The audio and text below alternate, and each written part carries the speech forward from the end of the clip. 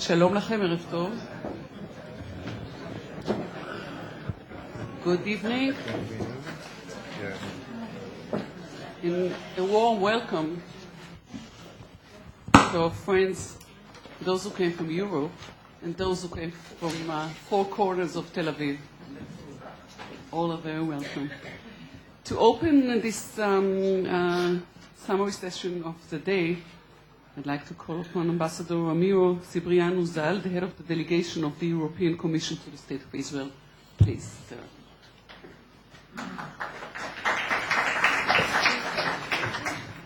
תודה רבה, ערב טוב.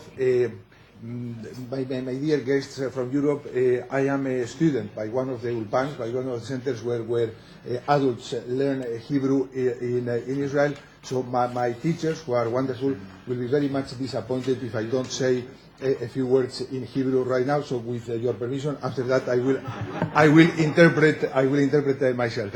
ערב טוב, חברות וחברים, אני שמח מאוד שאני יכול להיות איתכם כאן היום. אני חושב שהאירוע הזה אירוע חשוב, ואני רוצה להודות לפרופסור יורם פרי, גם לאוניברסיטת תל אביב, על שיתוף פעולה מצוין.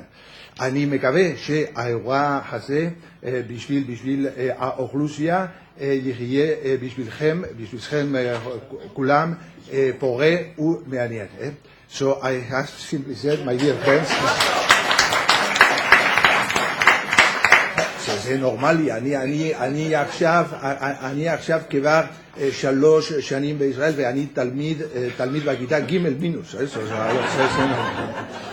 I have said that I am very pleased to be with you here today, to be able to open this seminar. I have said also that I would like to thank you, Professor Yoram Perry, and the University of Tel Aviv for the excellent cooperation with the delegation of the European Commission. And I have said that I am very pleased to have so many friends here today from Tel Aviv, and that I wish that for all of us this event this evening will be fruitful and interesting. Thank you very much. Thank you, Ambassador. תודה רבה. מאוד מרשים.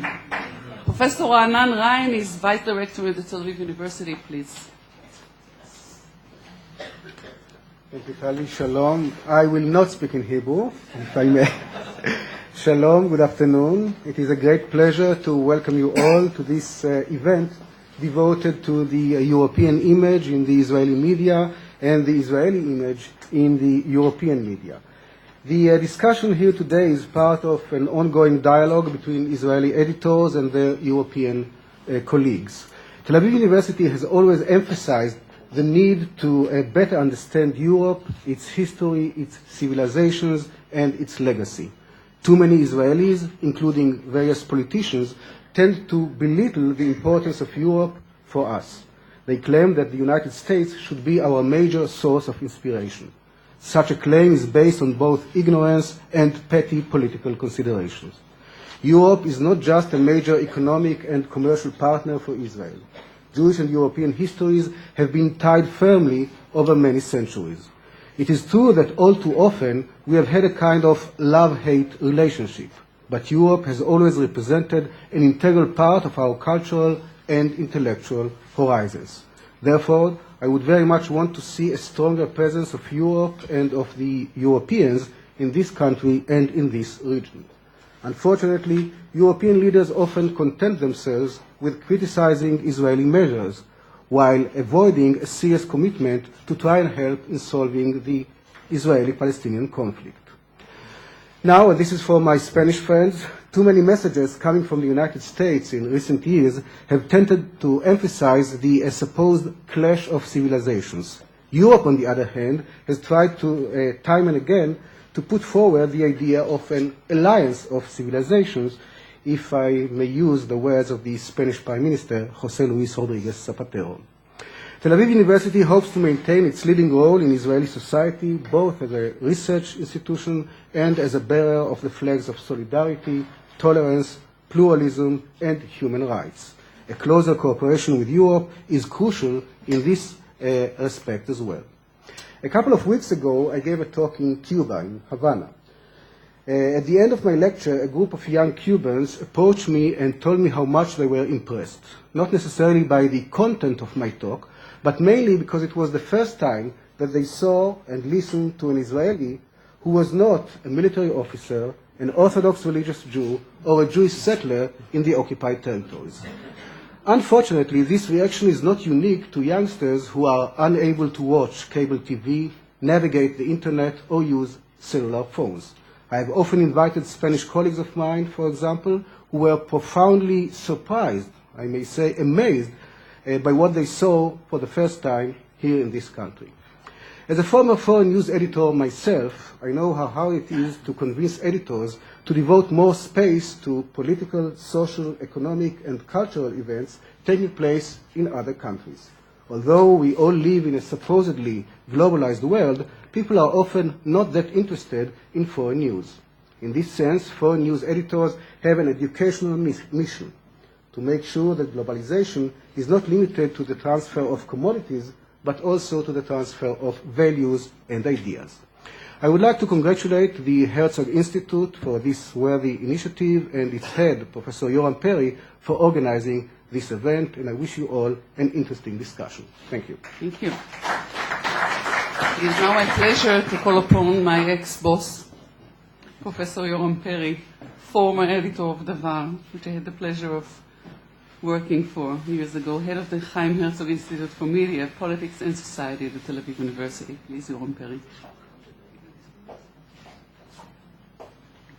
Thank you, Tali. Mr. Ambassador Saribian Ozal, Professor Ryan, friends, ladies and gentlemen. We had a very long day today. I might even say tiring day. Many long discussions, but fruitful and interesting. We've chosen 5 to appear on the platform, not because they were better than the others, because we brought all the 20 here, but there's not enough room here and not enough time. So these are the 5 that were chosen, and I will not elaborate more about the meetings that we have. I'm sure that you'll, by the questions that Tali, you'll ask them, you'll get the feeling of the discussion that took place today. Just one remark. In the afternoon, Professor Zev Segal, who was the chair, read something beautifully, so I want to read it to you, and I think it will give you some of the questions and issues that were raised during the discussion today. The story goes as follows. He got that message from a friend of his from the United States. A man in Paris saw a pit bull attacking a toddler. He killed the pit bull and saved the girl's life.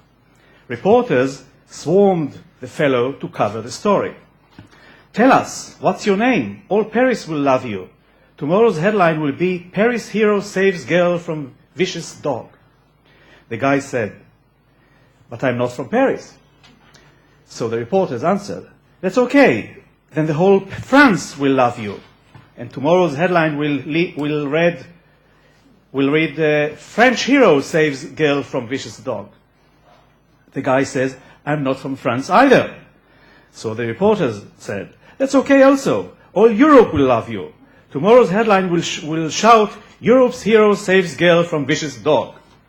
Then the guy said, but I'm not from Europe either. Reporters, so where are you from? The guy says, I'm from Israel. The reporters, oh, okay. Then tomorrow's headline will proclaim to the world, Jew kills girl's dog. So that was one of the issues that was raised in the afternoon. And the rest to follow. Thank you. Thank you, Professor Yoram Perry. On this unhappy note of paranoia, I will open the discussion, which will follow the exact atmosphere of the whole day. Yoram Perry, you mentioned it was a fruitful day. Well, I wonder how fruitful that day has been. It's been interesting, it's been stimulating,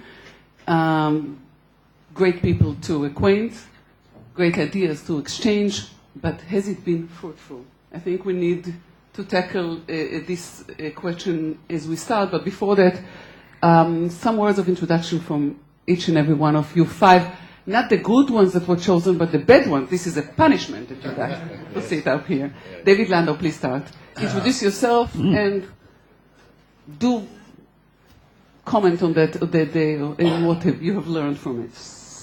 I want to begin my 5 minutes by apologizing for my absence during part of the afternoon's proceedings. The reason for it was that I went to my newspaper to discuss what tomorrow's editorial will be about. We're the only remaining newspaper in Israel that still bothers to write an editorial, which itself is a comment on the state of journalism. But anyway, in tomorrow's editorial, we will call on the government of Israel to recognize the state of Kosovo, which was declared while you were having your coffee outside. The reason why I mention this is because it occurred to me on my way back here from my newspaper that if in 50 years' time there's a discussion in Tel Aviv University or some other university, and people raise the question of whether Kosovo has the right to exist, whether Kosovo would rather be better off, or the world would rather be better off, if there were a one-state solution in Serbia and Kosovo, 50 years on, 60 years on, for the sake of the argument. I was wondering to myself what the people in Kosovo, after 60 years of sovereign independent existence, would think if they heard that leading academics, or for the sake of the argument, leading journalists, were discussing in forums, as they are all over Europe, and today here in Tel Aviv the subject was touched upon, whether the two-state solution, to wit, an Israeli and Palestinian state, is the only solution, or whether we should aspire to a one-state solution. One-state solution being the euphemism for, in my mind at any rate, the cessation of the Zionist, independent, sovereign, Jewish state of Israel.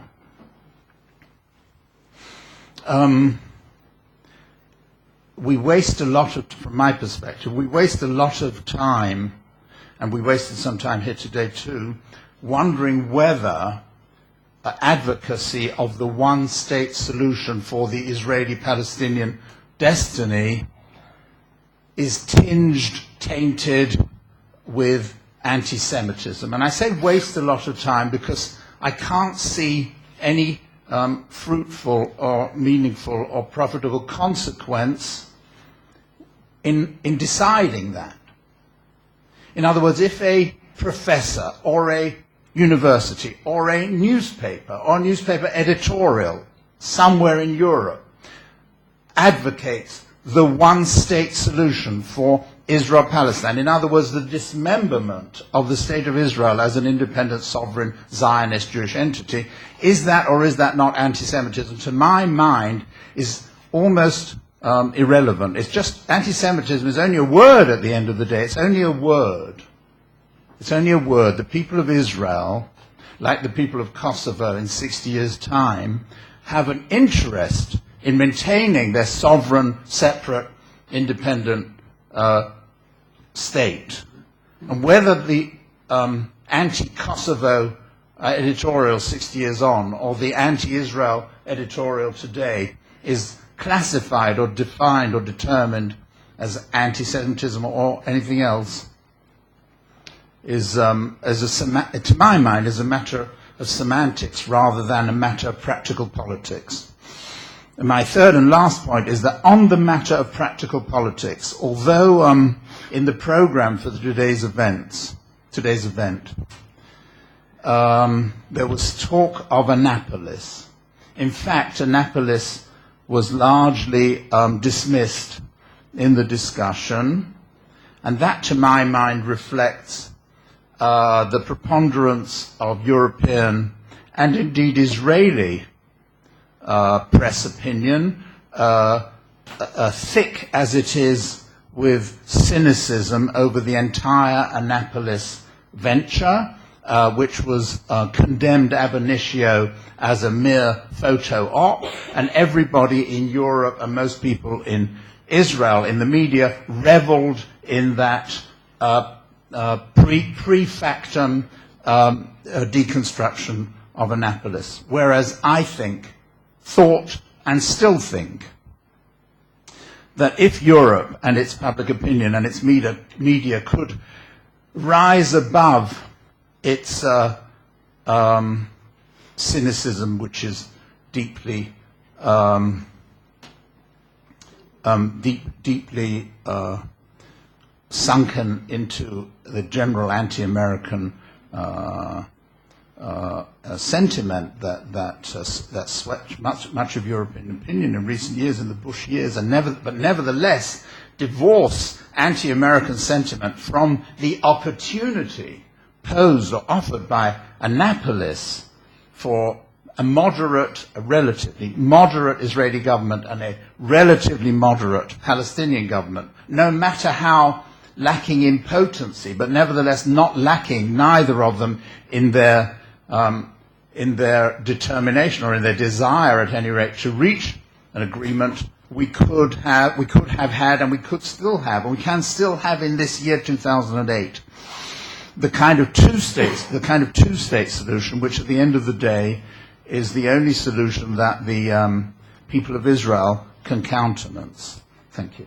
David, it sounds as if you believe the press has enough power to decide the future of the conflict. But we'll get to that later. Johan Mikkelsen, please introduce yourself. I'm one of the editors-in-chief of my newspaper, Jyllands-Posten in Denmark. It has indeed been a very fruitful day. It has also been a very tough day for me as a pressman, because there's no reason to hide the fact that we have been criticized heavily by our esteemed Israeli colleagues for being anti-Semitic, being anti-Israeli, being anti-many things. So I take pride in giving to you the facts, two facts.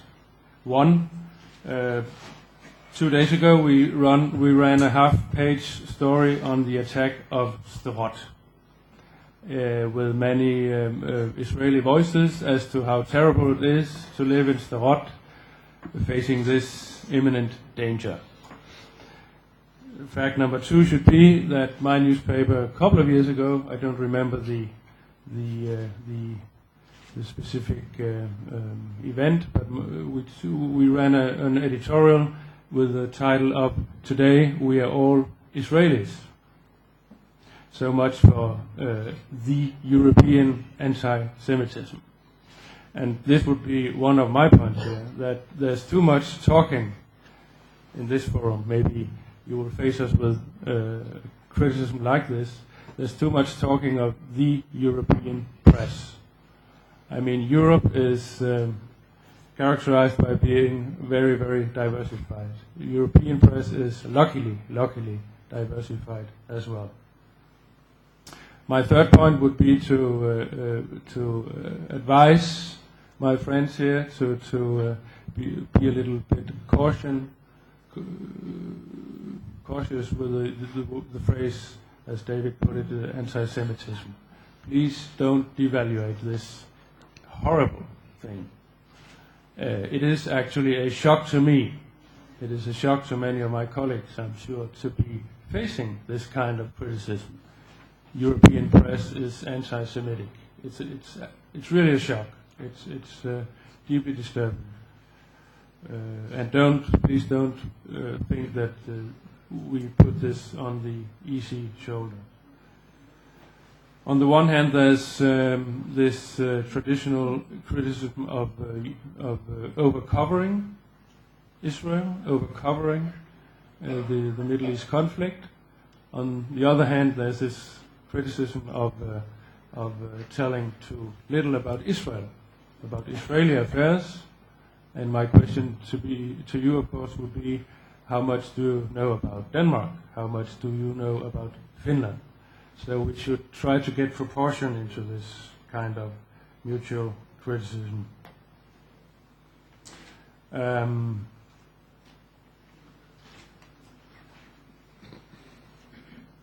Yeah, I'll leave it at that. Thank you. We'll get back to you, of course. Yaakov Achimeir, please introduce yourself. Good evening. My name is Yaakov Achimeir, and I'm with Israeli television Channel 1, which is the public television in Israel, and I'm an editor and presenter of a program about foreign affairs, Seeing the World. I think this is the correct translation of the title of the program.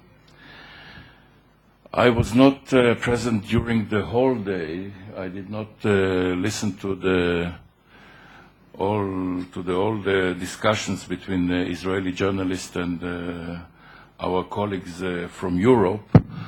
And I don't want to speak about our profession, the profession which unifies us, but I would like to make two brief remarks about psychology, and maybe some of the Israelis and, of course, the Europeans will learn something about the so-called mentalities of the Israelis.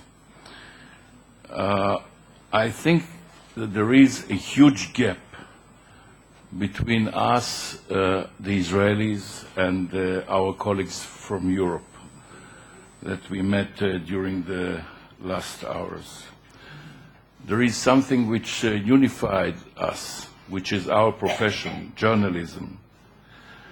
But I think that it will be very difficult for people who are not living in Israel, who are living outside Israel, or even who are not Jews, to understand it, to understand us. I think that because of the history of the Jewish people, the character of the Jewish people, the expectations of us, the Israelis, are very high. And I think that our colleagues from Europe, we cannot expect them to fulfill these expectations. They are not Israelis, they are not Jews. They are visiting our country from time to time, they are reporting about Israel. But I don't think that they can intrude or they can enter the mind of the Israelis or the Jews. When I was a correspondent in Washington, twice, I had to learn the minds of the Americans. There are Americans who are living in the north, in the northeast. There are different Americans who are living in the south. And these are different Americans. I had to learn them. I had to study them.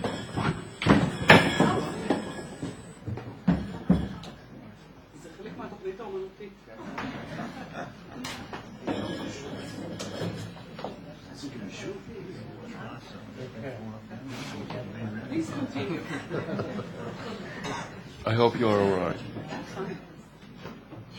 For instance, there are 35 million blacks in the United States. Do we, all the whites in America, do they understand the mind of the blacks? Do they share the heritage of slavery in the United States? Can they understand the mind of the black community in America? So I don't expect that. I'm talking trying to speak very in a neutral way, not emotionally. I don't expect European journalists or any other journalist to fully understand the mind of the Israelis or the Jews, our mentality, because of our long history. And there is not one Israel. There are Israelis from the left, from the right, from the center, from every shade of political opinion. Which brings me to the current primaries in the United States.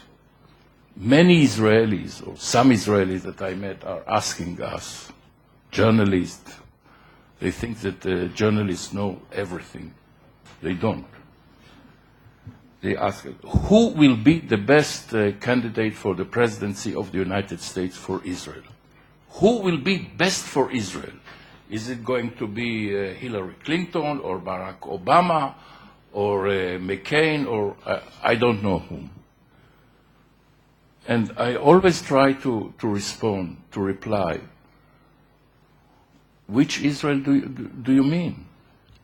Do you mean Israel of Dr. Yossi Beilin, who is a left-wing politician in Israel? Do you mean Israel of which symbolizes by Avigdor Lieberman, or by Bibi Netanyahu, or by Ehud Olmert? There is no one Israel.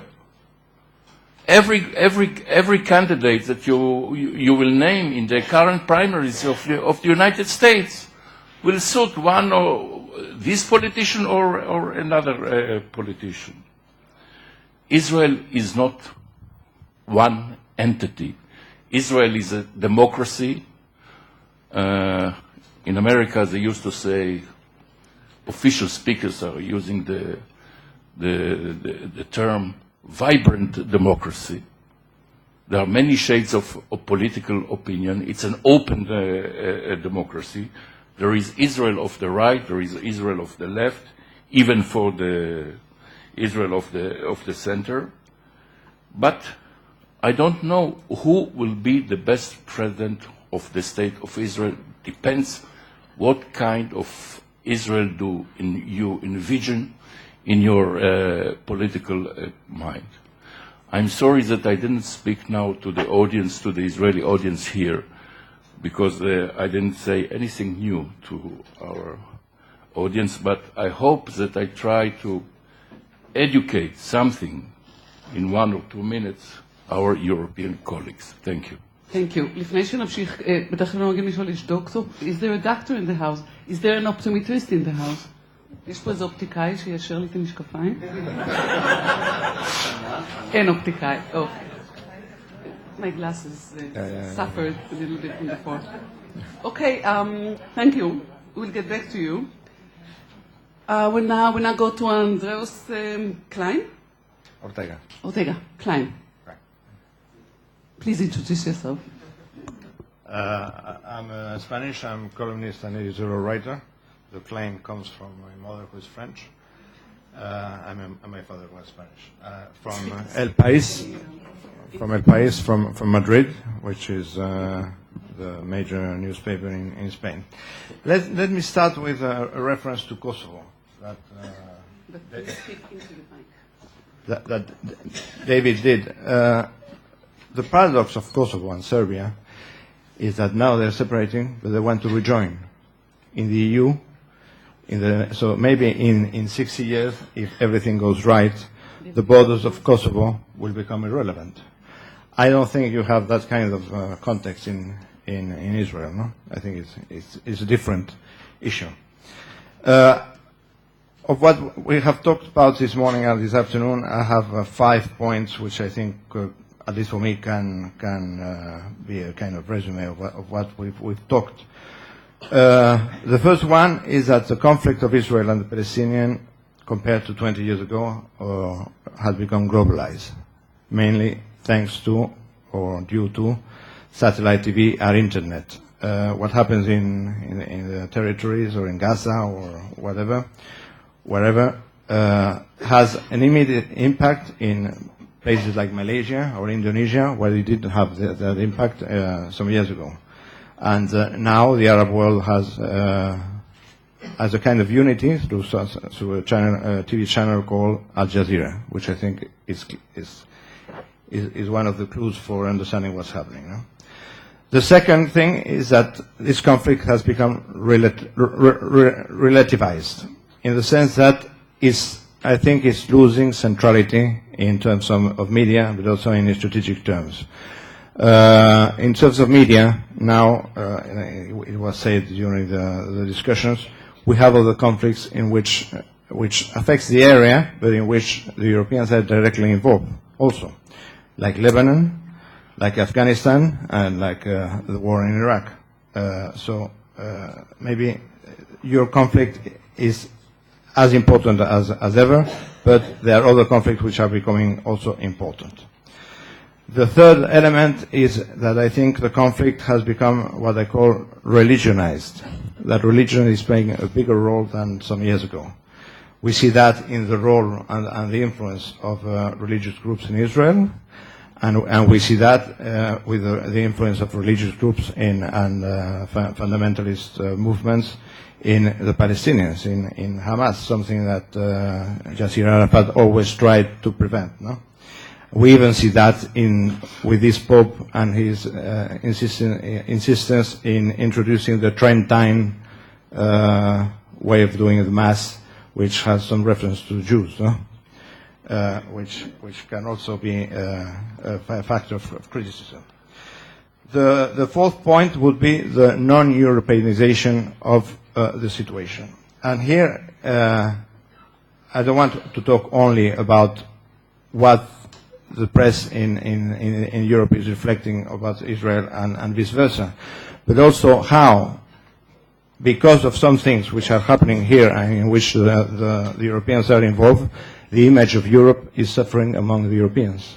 I think we are making a very ridiculous role, or we are playing a very ridiculous role, which plays badly for the image of the CFSP, the Common Foreign Policy, in Gaza and in Rafah, especially, where we were supposed to take care of the passage of Rafah, and now we are in a role which doesn't have any role or doesn't have anything to play.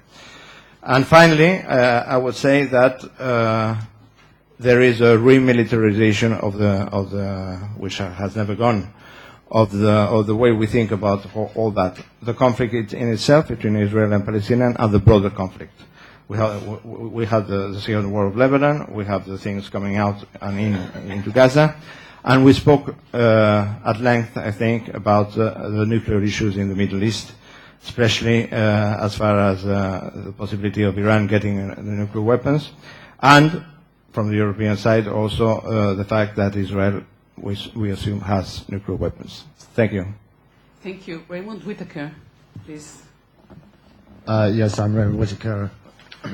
Excuse me, my sore throat. I'm the foreign editor of the Independent on Sunday. And I agree with David. I think that the gap is very wide. Actually, I think it was Yaakov who was making this point. But and it was something David said that made me think that illustrated that, because I don't agree with him at all that we spent any time, significant time at all, on discussing the one-state policy for Israel. I don't think any of the participants from Europe seriously think that that's even worth discussing. That, you know, there's it's simply taken for granted that the solution has to be a two-state solution. I think there was one. I think it was said in the context of anybody or asking the question whether anybody who advocated a one-state solution was being anti-Semitic, but that was about the beginning and end of the discussion, really. I will refresh your memory. We just said it was a legitimate question raised. Yeah. But we didn't really discuss the practicality of it. We were good. And I suppose the main question in my mind after the day would be, if you like, I'm very confused about how Israelis would like us to cover them, because as somebody said in the morning, there was discussion about, do we overcover Israel? In the afternoon, it was suggested that maybe we don't cover Israel enough.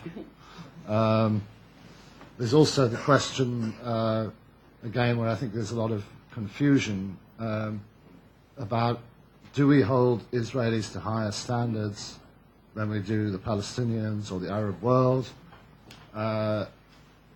And should we do that? And I think, in some senses we're accused of doing that. Then in the next breath we'll be told, but of course you should judge us by higher standards. The Europeans and the Israelis think the same way. The culture is similar, and it's simply impossible to argue that the Palestinians or the Arabs share that same cultural outlook. that we do with the Europeans. So again, you know, I'm left a bit confused about should we or should we not judge Israel by higher standards. I mean, it strikes me, somebody referred to the love-hate relationship. I think one of the, again, the feeling I got from the discussion was that the Israeli participants felt that America loves Israel and Europe hates Israel. That's the love-hate relationship. But I would make the point that we are closer to Israel if you look at a map, and that in many ways that, you know, I feel that often makes our approach more nuanced, more critical, because some of these issues, and this is the core of it really, is that, as was made clear several times, that for Israelis in general and Israeli journalism, the issue of security and survival will always be paramount. And that will always come up against a view of our perspective as journalists, which is that we are seeking to be balanced, we're seeking to put the issue in front of our readers, enable them to judge it. That will always come up against an opposing viewpoint, which is our safety and security are at stake, and everything you write or say is going to be judged by that. And obviously we say our readers, our duty to our readers is different from that requirement. Thank you. I would comment on your comparison with our relationship with the Americans and say that our history with the Europeans is a much longer, complex and loaded one, which should explain for this love-hate relationship.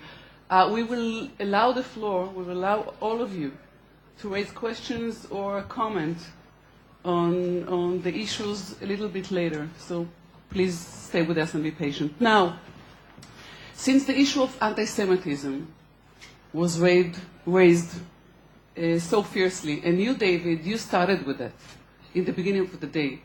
You stated that there was anti-Semitism in Europe. Now, my question to all of you is, how responsible should the press, or rather the European press, be on this matter? How much responsibility should the press bear in fighting those signals, those signs, this phenomena of anti-Semitism in Europe? Who wants to start? If no one volunteers, no one volunteers, I will volunteer. Jorn, please. Yeah? Okay, yeah. I will volunteer. Well, I would like to stress the fact that the way free press is supposed to work, basically. Now, there was an Israeli colleague who wanted to know from each of us. No, don't talk about it now. We'll talk about it later. The bomb, right? Later. Okay. But it was the same thing. It was the same thing that the press, the free press, has a role to play in educating people, in getting people to think the right thing, reject such ugliness as anti-Semitism. What kind of responsibility do you feel, is your question here. And my answer is simply that the press, European press, Israeli press, American press, free press, should reflect and should educate, but can never play a political role as such. Okay, some might answer, but then you leave the floor for anti-Semitism. Is that really what you want? No, of course not. But the role of the press is not political as such. The role of the press is to reflect what is going on, comment, analyze, etc., but not playing a political role. That's a basic answer to what you were asking about. Of course, you see all kinds of very good initiatives in the free press, fighting racism, fighting anti-Semitism, fighting ugly things as such, fighting terrorism, and I would subscribe to that, but I would not subscribe to an idea of the press playing a political role. Thank you, Andre. No, I think you're right in the word responsibility. One thing is freedom of the press, which we all support, but also freedom with responsibility. Personally, I think that I wouldn't have published the cartoons of Prophet Mohammed, no? In English. And I would also not publish anti-Semitic cartoons. But that's a matter of being responsible in a world society which is much more multicultural. Would you publish a series of stories revealing, exposing signs of anti-Semitism, phenomena of anti-Semitism in your country, in society? Yes, and we've done it with cases in France and in Central Europe, in Germany, and some in Central Europe. But I don't find many cases of anti-Semitism in my country at the moment. No? I think, on the contrary, for Spain, the recognition of Israel has been, which we did in 1986, has been a way of overcoming the error that the country did in the 15th century. And what would you not publish? What would you decide to overlook or ignore in order not to blow up and give over attention to a marginal, or what could be a marginal phenomena, unless you publicize it and make a big story of it?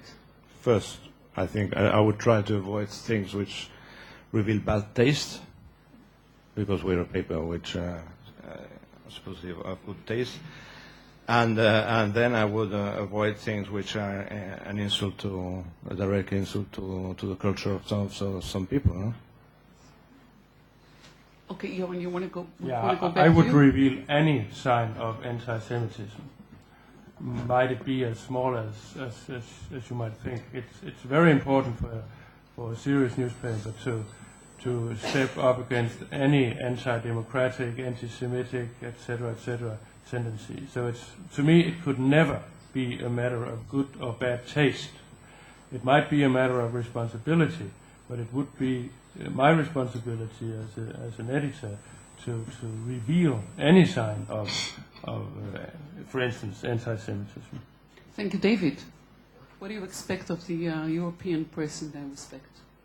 I thought one of the most interesting comments that I heard today was from the foreign editor of the Figaro, who in a throwaway line, apropos all this anti-stuff, said, well, we all know that the British dislike the French, and they call us frogs, and they write demeaning headlines.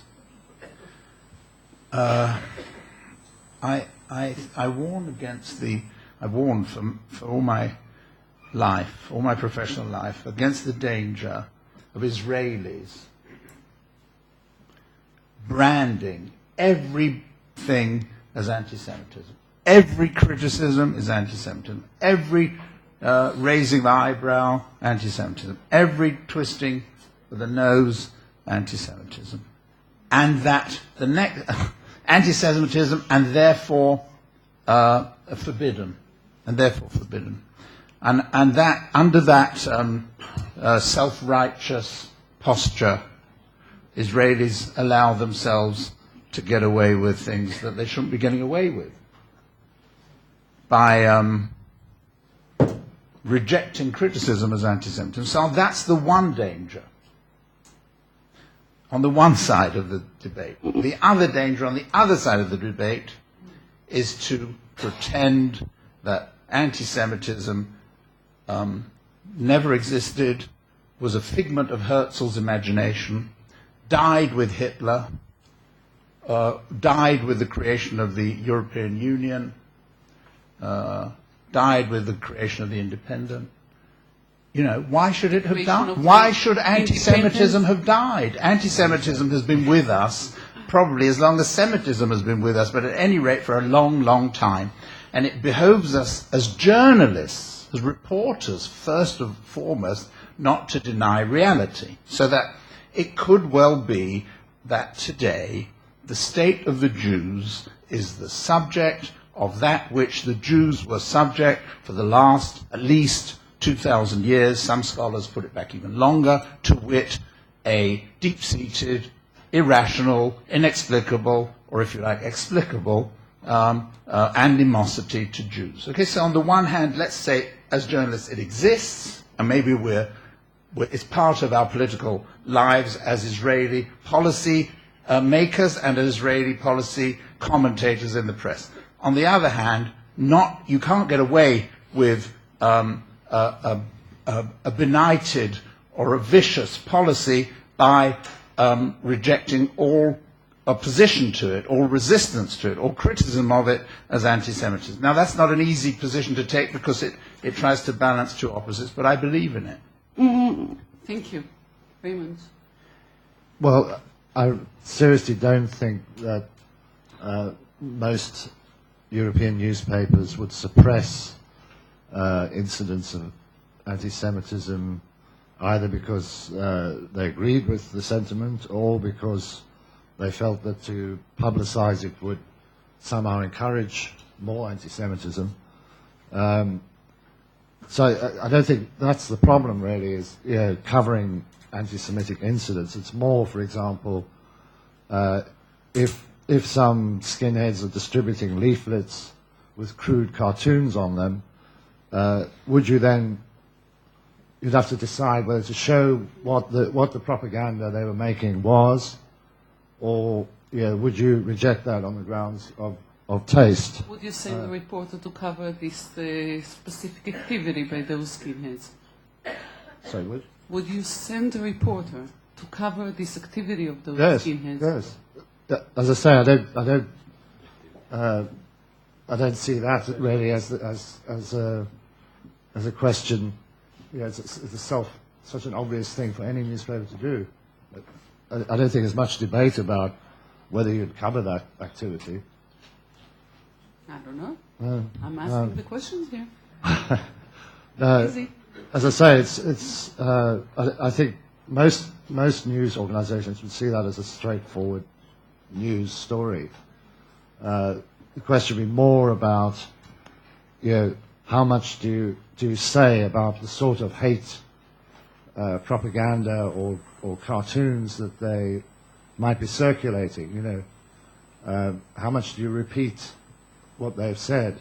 And how much on your agenda, or the agenda of your newspaper, fighting anti-Semitism? I think, there have been some fairly low-level incidents in Britain, desecration of Jewish cemeteries, for example, and also increasing amount of anti-Semitic propaganda from the Muslim side. We've covered that and condemned it pretty roundly. To be honest, but I have to say, I think most British papers would feel it's less of a problem in day-to-day British society than say, black-white hostility or Christian-Muslim hostility. I think where the concerns have arisen recently, as I say, have been radical Muslims using anti-Semitic language. Thank you, Yaakov. Well, for me, the question is a very simple one, I assume, because being a Semite, and if I were an editor of a European or an American, needless to say, an Israeli... What is your expectation of European press in that respect? Well, it very much depends on the taste of the editor. You cannot generalize about the press. You know that the journalists are very individualistic person, and what in the eyes of one reader is an anti-Semite cartoon. In the eyes of another reader, it's a cartoon in a bad taste. So the border is not very clear. On the other hand, I think that we see in the Arab world, in the Arab press, we see a lot of anti-Semite cartoons. In my eyes, I mean, I don't expect that somebody else will have an identical concept as I have. But we see a lot of anti-Semite cartoons in the Arab press, in the Arab media. We Israelis know that, for instance, in the television, on the screens of the television of Syria, if I remember correctly, there was a series about an anti-Semite television series which portrays the Jews as sucking the blood of non-Jewish boys and persons. Okay, so I think during Passover. Yaakov, Is it not anti-Semitic? do you expect? Is it not anti-Semitic? Since we are discussing Anti-Semitic of the Middle Ages model. Yaakov, since we are discussing European Israeli press, do you expect European press to take on this subject? I expect, but as I said before, one editor is different from another editor, and I cannot unify, and I cannot dictate to the editor what to do in their own newspapers. Of course, as an Israeli, as a Jew, I have my own expectations. I want to make another remark. From time to time, Israeli leaders are portrayed as Nazis because of the Israeli policies in the Palestinian territories. We all know that a genocide took place in Sudan, in the western district of Sudan, which is called Darfur. Can one of us imagine that a European newspaper, a European cartoonist, will portray a Sudanese military leader from the militia of the Janjaweed? Will he portray him as a Nazi? No. Because of political correctness. 200,000 Sudanese were killed, were slaughtered in Darfur. And none of the responsible for this genocide was portrayed as a Nazi. Thank you. You want to comment on that, Andre? Anyone? No, I think you find cartoons and comments in that sense. But what interested me more was the comment of David, of saying that sometimes because we criticize Israel or specific Israeli policies, we are attacked as being anti-Semitic. And that's a kind of use of the term anti-Semitic, which in the end empties the word. Huh? Okay. Raymond, last remark? You want to say something? Or we can go on? Well, I just wanted to reinforce what Andres said there, that if the accusation of anti-Semitism is bandied about, it loses all value, it's devalued. Okay, so let's go on to the next term. Second to the use of anti-Semitism during this day was the use of the term nuclear capability. And we discussed heavily the nuclear capability and threat of Iran. How much do you see the press responsible in intervening in the process and changing reality? How much should the press be involved? Okay, Raymond, we'll start with you. I don't think the press should be involved at all in changing reality. The press's job is to reveal, expose reality, describe reality. Yes, well, you raised, there was this assumption that should Iran become nuclear capable, could European journalists a few years from now look at themselves and say, what could we have done to prevent this happening? And I think we all agreed that the only power of journalists is to reveal, to explain. It's not. We can't take decisions. We can't change reality. We have to try and educate. I mean, the classic three words in the journalism school is that journalism has a role to inform, to educate, and to entertain. If you educate, then you change reality, you know. Well, It's one and the same. no, other people change reality. You educate them. They might change reality. Mm-hmm. You might change their perception of reality. Okay. Andre? I think that every time, as I said, that we talk about nuclear issues in the Middle East, we have to introduce the factor of the nuclear Israeli weapons. It's like that. It creates a problem. I could understand why Israel has that, no? But it creates a problem whenever you want the microphone, please. Whenever you want to discuss how to deal with having a nuclear-free zone in the area and fighting proliferation. No? We were discussing, and by the way, do you feel Israel poses a danger to the world with its alleged nuclear power or ability, as much as Iran with its futuristic alleged ability? No, because I think Iran would put in motion, if it went that way, would put in motion a proliferation of nuclear weapons all over the area, up to Algeria and Morocco. But what I'm saying, how committed the European press should be to intervening in the process in its own way and power, which is the power of the word, the power of the print. I think European press is committed to support the efforts to avoid Iran getting nuclear weapons.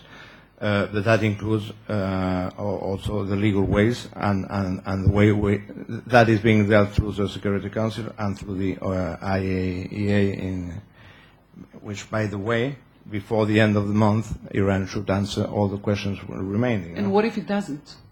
What if it doesn't? If it doesn't, we'll see. But I think when we're talking about... What will we read in your newspaper? No, my newspaper then would be in favor of sanctions, but not of a preemptive strike against something we don't know what it is. And what we have seen in the U.S., what I think we have seen is a preemptive strike by the intelligence community against the president to avoid an attack against Iran on groundless basis. And will your newspaper advocate further sanctions, although it might hurt economic interests of your readers, of your advertisers, people with economic interests invested in your newspaper? No. No, I don't think that kind of interest influence our editorial position at all in this case, in the case of Iran. No? Thank you. Yaakov? I'm not a believer in the press as an educator, as an education factor in public life. I think that the function of the press is to report, to reveal, to express its opinion. And I'm going back, I'm sorry to say, to my introductory remarks, and I cannot expect the European newspapers to understand to fully understand the Israeli view of the Iranian nuclear policy. You cannot restrict the European press. They can discuss the issue of the Israeli bomb, atomic bomb, if we have one. And I know that many of us, you know, we are seeking love, sympathy. Please love us. Please show us some sympathy. This is not the function of the press. You see, the function of the press is to report, to reveal, to express its opinion, but not. I don't believe in the moral aspect of journalists. I believe, but to a very minimal degree. You don't believe in the morals of journalism? Of journalists? Yes, I believe. I mean, it's a yearning for moral evaluation of events, but I don't have many expectations. Thank you. Johan, please. What is your question? We were talking about the amount of commitment and involvement of journalists in the process to stop the nuclear threat. My position is clear. Please speak to the mic. Sorry, Thank you. my position is clear. We are not supposed to play any political role. We are supposed to reflect and analyze reality.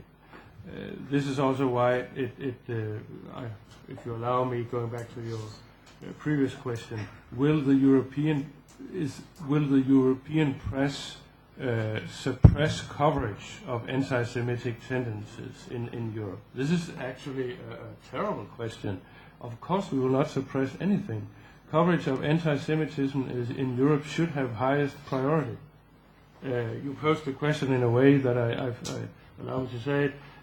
I felt very kind of Soviet, the way they did in the Soviet Union. The press being handled from above somewhere in some overall political interest.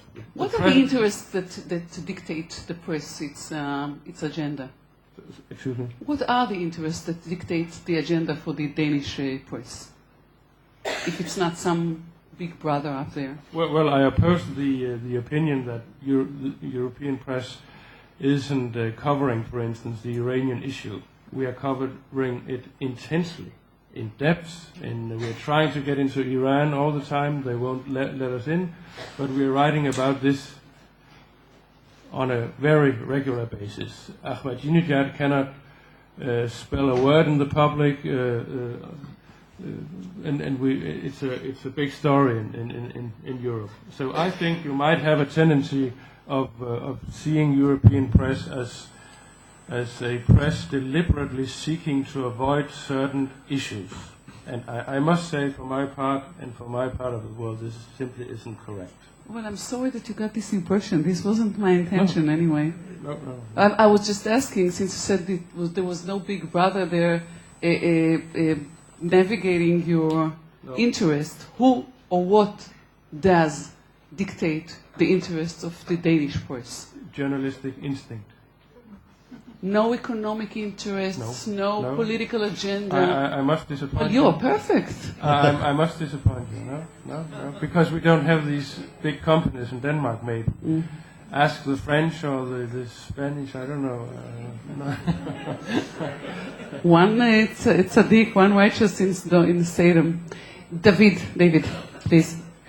How involved should the press be with stopping the nuclear threat? I think the whole discussion about anti-Semitism really took the wrong We're direction. talking about nuclear threat now. I realise that. Thank you. Thank you. I think the whole discussion about anti-Semitism took the wrong tone. You sure you're not a politician? Nobody's talking about suppressing coverage of acts of anti-Semitism against individual Jewish graves in France or Germany or London, and to think that serious newspapers or serious journalists would suppress coverage is not worthy of this event. What the point that I was making was, I'm going to make it very provocatively. I'm going to say the following. For 50 years, as everybody in this room knows, and everybody in this panel knows, Israel has had nuclear weapons. It's been documented ad nauseam. We know that the French gave it to us, and we know that we've had it. And nobody in this region contended that therefore we're a threat to their existence. We're about to eradicate, annihilate, eliminate, or conduct a Holocaust against anybody here.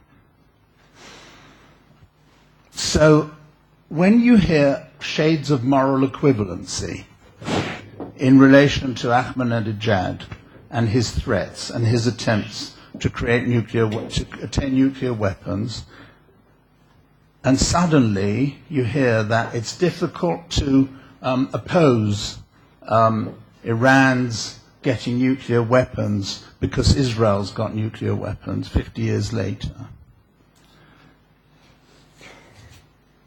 You think to yourself, where does such an argument come from? Where does it come from? Is anybody saying that France and Britain should give up their nuclear weapons as a way of dissuading Iran from holding nuclear weapons? So where does it come from?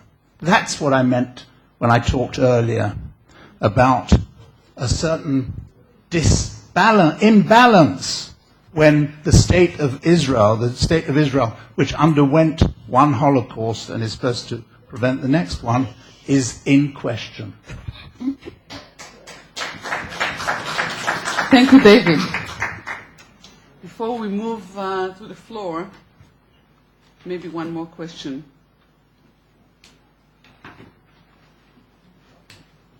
How much is a European press occupied with giving fair fight to American dominance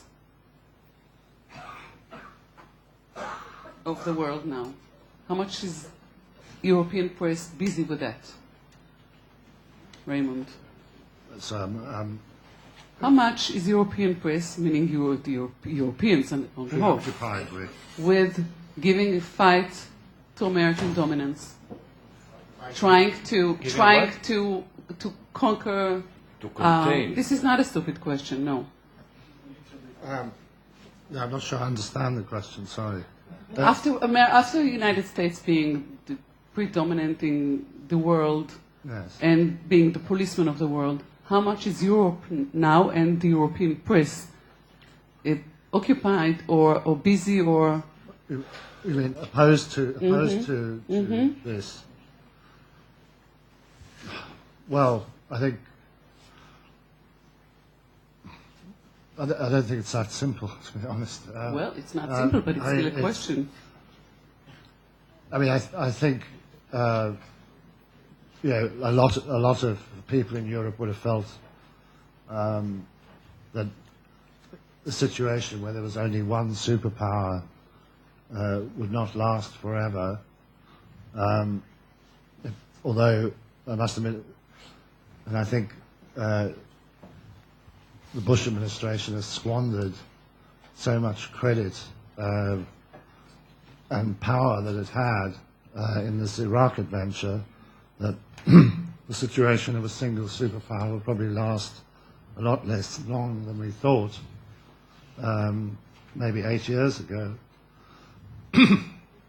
So, yeah, I think we've been concerned with how that power has been used. We've sought to, I think it's been some impetus towards Europe trying to speak with one voice, not very successfully, feeling that there needs to be a sort of counterbalance in a more of a multipolar world. We see undesirable, if you like, what we consider undesirable effects from the behavior of Russia recently. How much are concerned are you with this starting of a new Cold War or the signals of it? Sorry, how much? How much are you are concerned with that? It's a big concern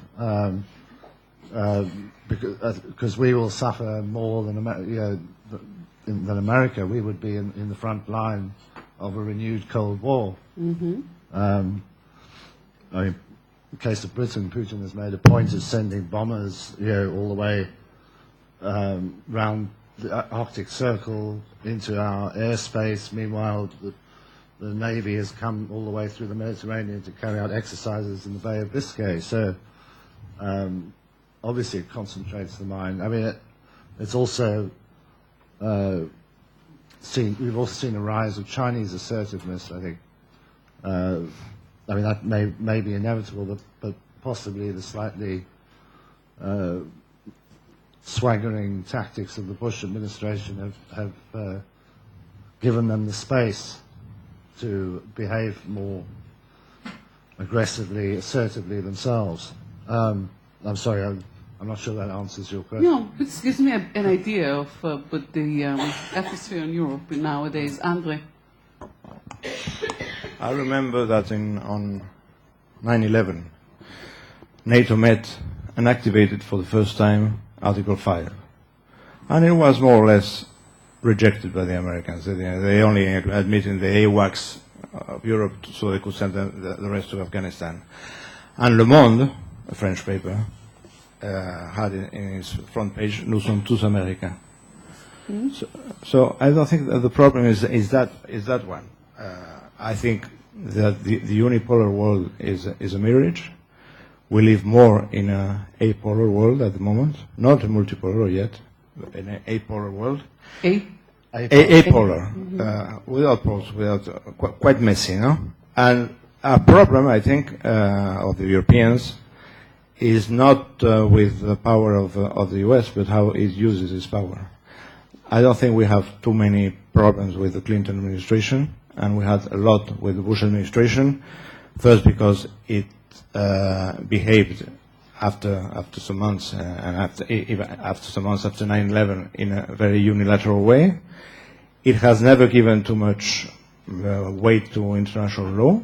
I think they haven't signed more than 3 or 4 international treaties in 8 years, which is a really record. And I think what we would like is to see a U.S.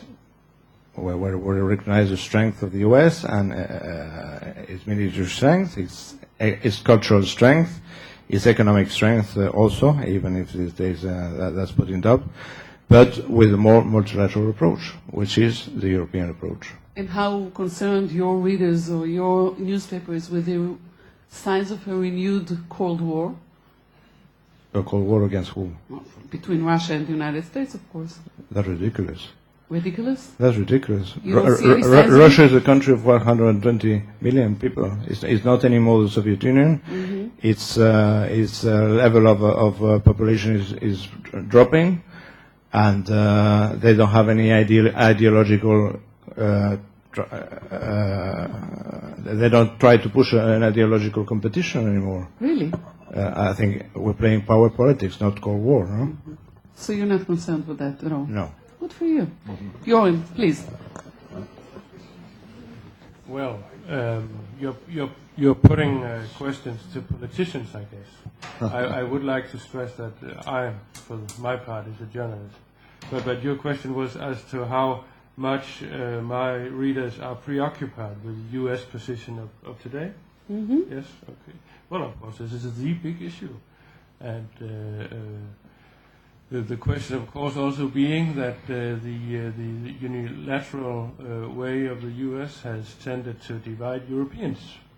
And as you, of course, know, that my country, Denmark, is part of New Europe, because our Prime Minister signed this letter supporting Mr. Bush and the Iraq offensive at that time.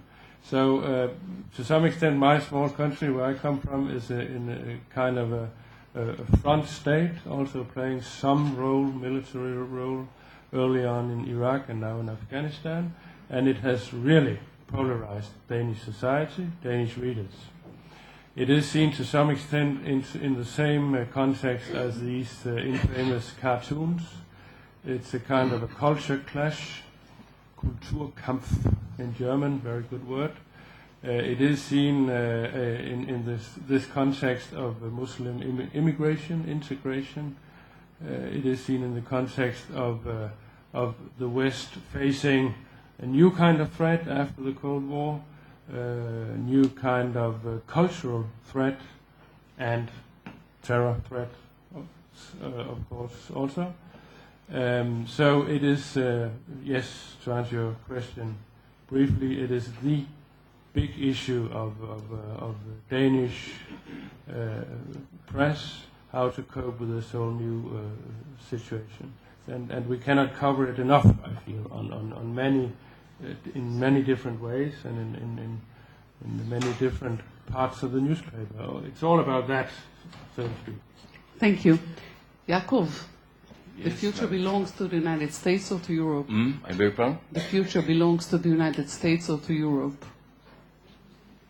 I beg your pardon, I didn't hear the question. The future, העתיד, belongs to the United States or to a stronger Europe or to China? I don't know. I But mean, you know. I wish I would live to see it, I mean, but I don't know. You don't know. This is not an answer a journalist gives, you know. Well, there are journalists who don't know everything. And they shouldn't do as if they knew everything. Uh-huh. So it's confession here. Confession time. Realism. David, יש לך מה לתרום לעניין הזה? Okay. So do we go to the floor? Anybody wants to comment? Yes, sir, please. There seems to me, listening to the gentleman, particularly from Europe, also from Offenmeyer, that there's a kind of a dichotomy of thinking there. You're expressing the idea that you are not supposed to educate, you are not supposed to do this, and not supposed to do that. Yet it seems that there is also the criticism of disproportionate reporting. Why is, for example, here, the idea of Israel a Palestinian issue so reported with such strength? And the way it is reported, the way it is written, is, which may be an individual matter for the newspaper, but instead of saying we don't educate, we don't take political stance, don't you feel that you also have to take a responsibility for influencing? Mm-hmm. Anybody cares to reply, respond? Well, I'm sorry if you can understand me that I want to educate you. I'm sorry, but you have to make a classical division between reporting and making editorial comments. And of course, in editorial comments, you would like to educate. You would like to give your own opinion, the opinion of your newspaper, that is to say. And through that, of course, you give momentum to the democratic dialogue in society. And then the coverage, which in Europe is supposed to be as objective, as neutral, as fair as it is humanly possible. Doesn't somebody direct that? Sorry? Doesn't somebody direct that? We are all humans. We are only humans. No, I mean in the individual newspaper. Isn't the concept, the direction of what is to be covered, isn't that directed? It is indeed. It is indeed directed by the editor, right? Yeah. It's a choice. We are giving much importance to the Middle East conflict from a number of reasons that you are familiar with. This is, of course, a decision made consciously. Andre, you want to comment on that? Not really, but I think we educate, yes, we do educate, but the real editorial page is the front page. It's how you choose the news which goes in the front page. It's more important than what goes in the editorials on this or that subject, especially day by day. And you create a culture, and that's why newspapers are different. There are differences between one newspaper and another. It's the way they choose the news.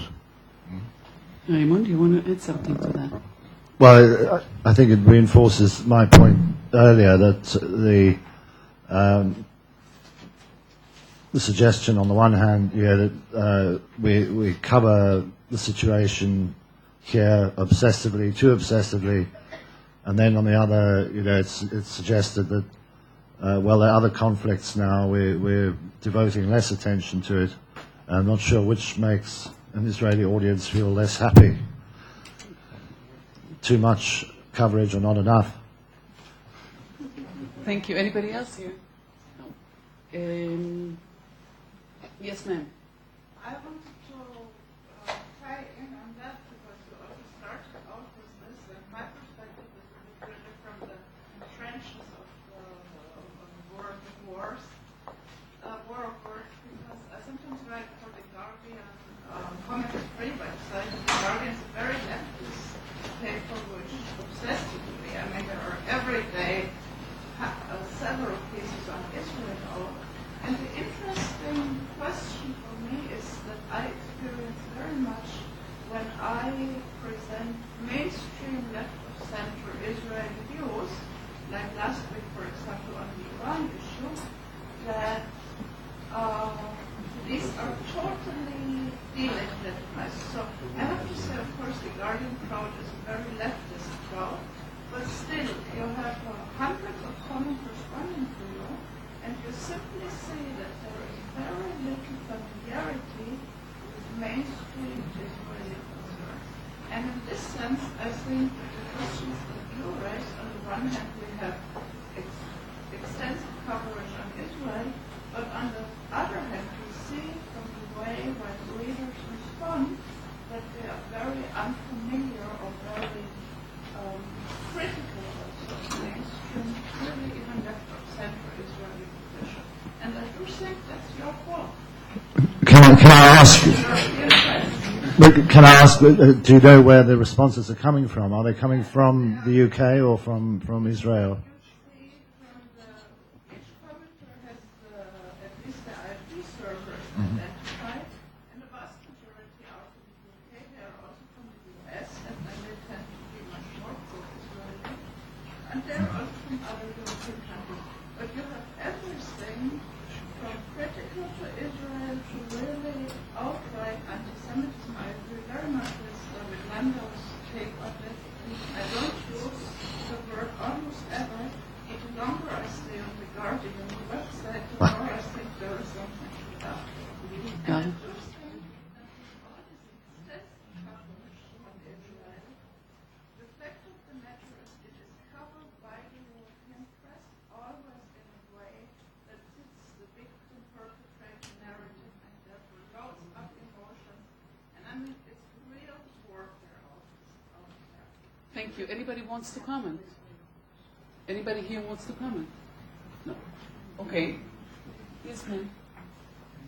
I've been listening to the BBC for many decades. And I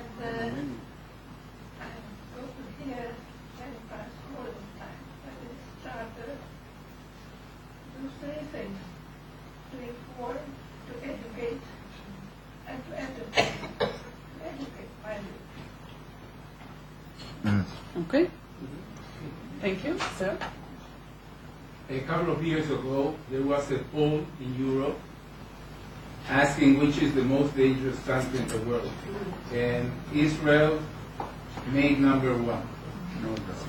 The only reason that I can imagine is that the people that voted that way were convinced because of the media, the way the media presented it. Now the European newspapermen here present, they said that they don't have that policy of being anti-Israeli. But I'm thinking that perhaps not overt, but subliminally they do have that policy, and they show it by obsessive reporting about Israel, by slanted headlines, and by the nuances of the article. For example, in the case of El País, 2 years ago, El País sent a very famous writer, Mario Vargas Llosa, to write articles about the conflict between Israel and the Palestinians. And El País published them, and also many other newspapers. And Vargas Llosa wrote 8 articles.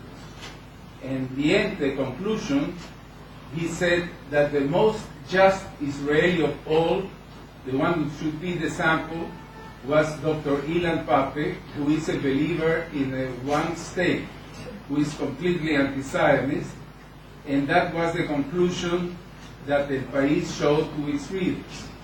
So what I'm saying is perhaps you don't have an overt policy, but certainly you have an influence by using subliminal ways. Thank you. Do you want to comment on that? No, I would just say that when we ask Mario Vargas Llosa to write something, we let him write freely, completely. I don't think we share with him many things. He's conservative in many ways, but when he writes, I think we let him write. I don't see that policy in El País. It's a writer, a very good writer, which we send to Israel and to the Palestinian territories, and he wrote what he saw and he wanted. we cannot censor, apply censorship to that. Thank you.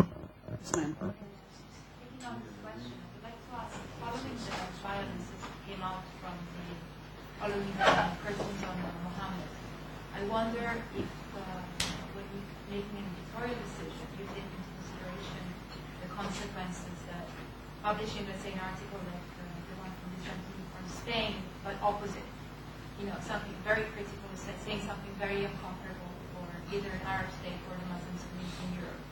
Do you take into consideration the threat of violence, or you feel still very comfortable that you have a free press in Europe?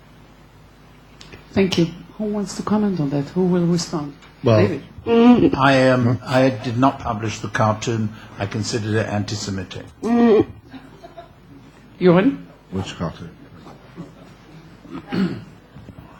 Did not get me. I refused to publish the cartoon in the Danish newspaper, in my newspaper Haaretz, because I considered it anti-Semitic, because it blasphemed the Islamic faith. Johan, you want to comment on that, please, and share with us?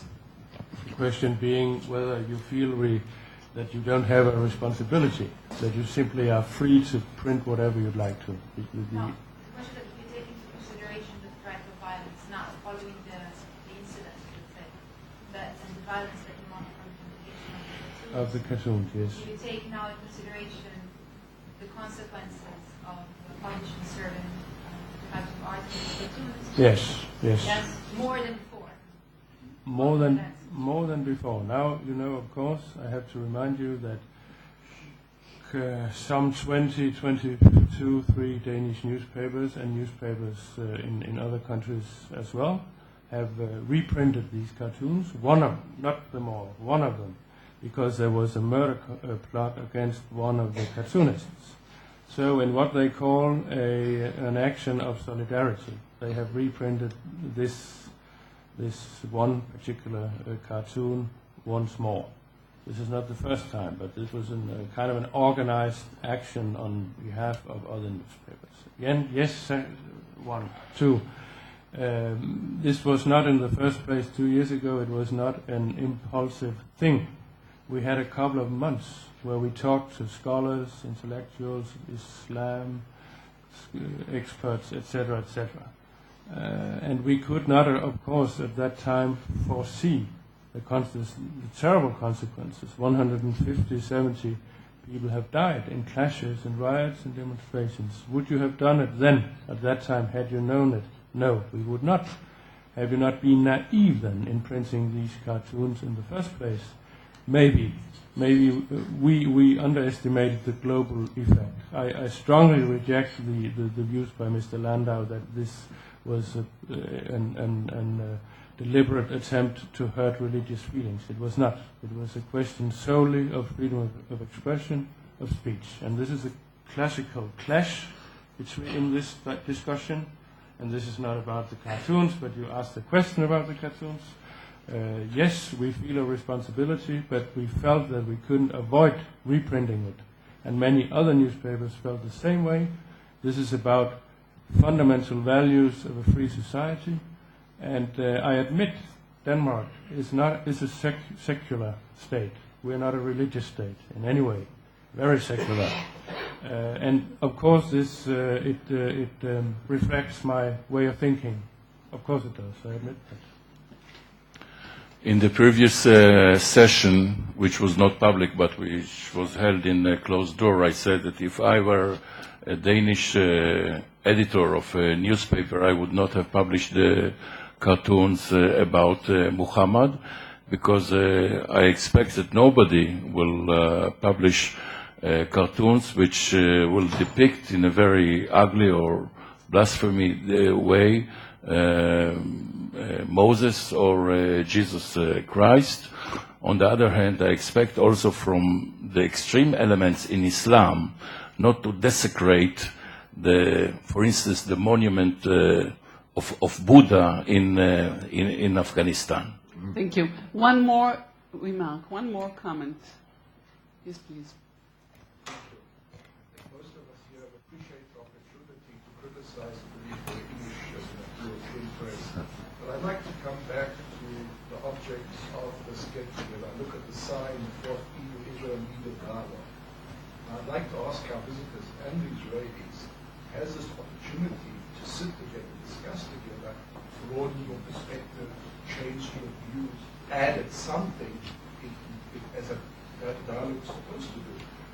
Mr. Whittaker, you go back to London, Mr. Ortega, you go back to Spain, your colleagues are going to ask you, what did you do, what did you get from there? I would be interested in hearing your views. You did a very good job now of wrapping it up. Thank you. Okay, so very briefly, each and every one of you. Start with you, Raymond. Well, I think I will certainly go back with, for example, a more refined view on what constitutes anti-Semitism and what is merely offensive, as we discussed at some length, and a great deal on the current issue that was framed as part of the conference, which was nuclearization, and how that's changed, how that might have changed this dialogue from the previous ones that, in the past 12 months or so, the issue of nuclearization in Iran has come to the fore. So I think those are just two of the random examples. Thank you. Andre? No, maybe something that we tend to perceive is that Europe is very complex and we have different point of view. Europe is not a state with, there is no single European media, first. Then second, I would say that what we can learn from here is what worries there are in the Israeli societies. And I think one of them is this existential threat from several parts of the region, And finally, that I stop at that. Thank you. Okay, thank you, Yaakov. I'm going back to Jerusalem, not to Europe. Still. Do you have any insights to take back with you? We shall wait and see. We shall see what the kind of cartoons the European newspaper will print in the future, or the editorials, or their approach. But okay. Johan, please. That's a good question. Yes, this is a very constructive question. I'll try. Johan, please. I've noticed specifically two issues. The way Israelis still, maybe more than ever, feel themselves being under siege. This has made a huge impression on me. And secondly, I would say the way in which Israelis unilaterally look upon the European press as being subdued to some kind of anti-Semitism. It's made some impression. Just want to make a very minor remark. Last night we devoted 10 minutes to the question of Kosovo, which is in Europe. David, last but not least at all. I come away with the question that wasn't addressed here, but I hoped it would be. But the Israeli press is not monolithic, and all the criticism that was leveled throughout the day at European media, which of course is also not monolithic, is leveled day in, day out at the newspaper Haaretz, to which I belong, and it's always fascinated me what that means. Whether there's some kind of different and more liberal rules apply in your own country or in your own society that from those that apply outside. But that's something that I just wrestle with among myself, and will go away and continue to wrestle with. Mm-hmm. I want to thank you, my friends here, very much. It was a pleasure. Thank you, my colleagues.